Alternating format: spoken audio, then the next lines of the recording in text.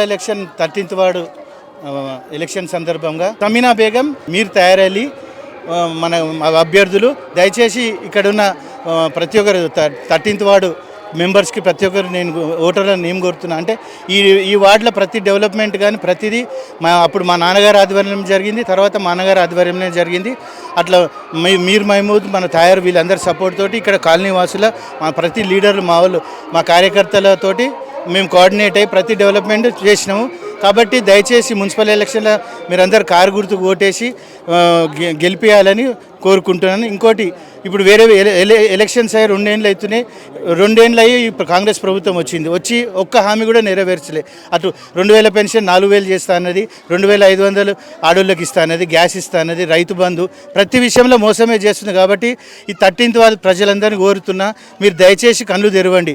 ఇప్పుడు 2 ఏళ్ల నుంచి వాళ్ళ ప్రభుత్వం ఉంటే ఒక చిన్న పని చేయలేదు, ₹1,00,000 పని కూడా చేయలేదు. ఇప్పుడు మళ్ళీ మేము చేస్తామని ఒక నెల నుంచి ఈ ఎమ్మెల్యే గారు టెంకాయలు కొట్టుకుంటూ తిరుగుతుడు. కాబట్టి మళ్ళీ మోసం చేయడానికి వస్తారు. కాబట్టి దయచేసి మీరందరూ కళ్ళు తెరిచి ఈసారి ఈ మున్సిపల్ ఎలక్షన్ కారు గుర్తును గెలిపించాలని ప్రతి ఒక్కరిని కోరుకుంటున్నాను. ఇంకోటి ఈ గంగా జమున తైజీబ్ అనేది కేసీఆర్ హయాంలో ఈ తైజీబ్ ఎప్పుడు కూడా గట్టిగా ఉంటుండే. కాబట్టి మీరు కూడా ఆలోచన చేయండి. కేసీఆర్ ఉన్నప్పుడు మైనార్టీల విషయంలో ఒక మైనార్టీ స్కూల్ కానీ, షాదీ ముబారక్ కానీ ప్రతి విషయంలో, ఎందుకంటే 70 ఏళ్ళ నుంచి కాంగ్రెస్ అంటే మైనార్టీ అంటే కాంగ్రెస్ అని చెప్పుకునే కాంగ్రెస్ వాళ్ళు 70 ఏళ్ళ నుంచి ఒక మైనార్టీ స్కూల్ కట్టలే, ఒక రిజర్వేషన్ గురించి పోరాడలే, ఒక కళ్యాణ షాదీ ముబారక్ ఇవ్వలేదు. ఏ విషయంలో కూడా ఒక పెన్షన్ కానీ ప్రతి విషయంలో మైనార్టీలను ఓట్ల పరంగానే వాడుకున్నారు. కాబట్టి దయచేసి పరిగిలున్న ప్రతి మైనారిటీలు, ఈ వార్డులో ఉన్న మైనారిటీలు ప్రతి ఒక్కరిని మీరు కళ్ళు తెరవండి.